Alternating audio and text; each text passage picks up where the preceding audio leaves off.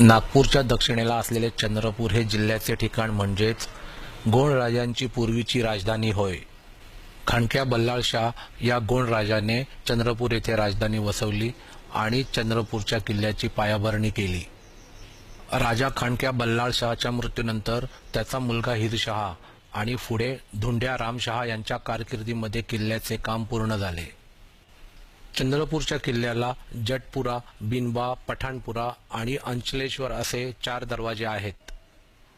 अंचलेश्वर मंदिराजवळ असलेली राजा बिरशहाची समाधी अतिशय देखणीय आहे.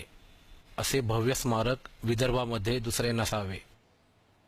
गोंड राजा वीरशहा याच्या मृत्यूनंतर राणी हिराई हिने तिच्या पतीच्या स्मृतिप्रित्यर्थ हे भव्य स्मारक बांधले. राणीने आपल्या पतीच्या प्रेमाखातर बांधलेले असे स्मारक इतरत्र कुठेही पाहावयास मिळणार नाही. राजा वीरशहाची समाधी अत्यंत कलात्मक व रेखीव आहे. येथील जाळी, शिल्पे व घुमट पाहण्यासारखा आहे.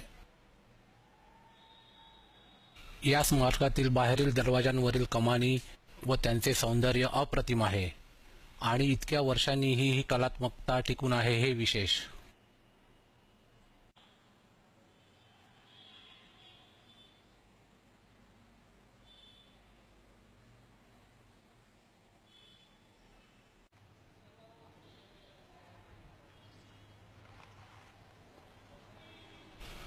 राजा वीरशहाच्या निधनानंतर राणी हिराई हिने सन 1704 ते 1719 ही पुढील 15 वर्षे राज्य केले आणि या काळात तिने हे भव्य स्मारक बांधले. तसेच महाराष्ट्रातील एका राजाचे हे सर्वात मोठे भव्य स्मारक आहे.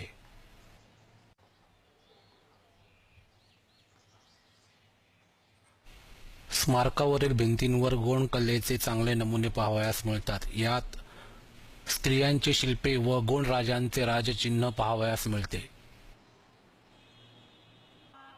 येथे गोंड राजा वीरशहा याच्या समाधी व्यतिरिक्त इतर 7 राजा-राणींच्या समाध्या, स्मारके पाहावयास मिळतात.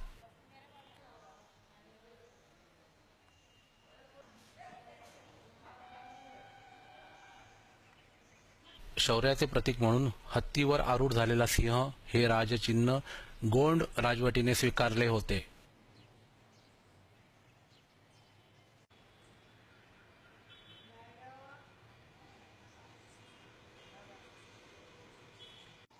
येथील दगडी पायऱ्यांची विहीर व त्यालगतचे कमानीदार दालन प्रेक्षणीय आहे.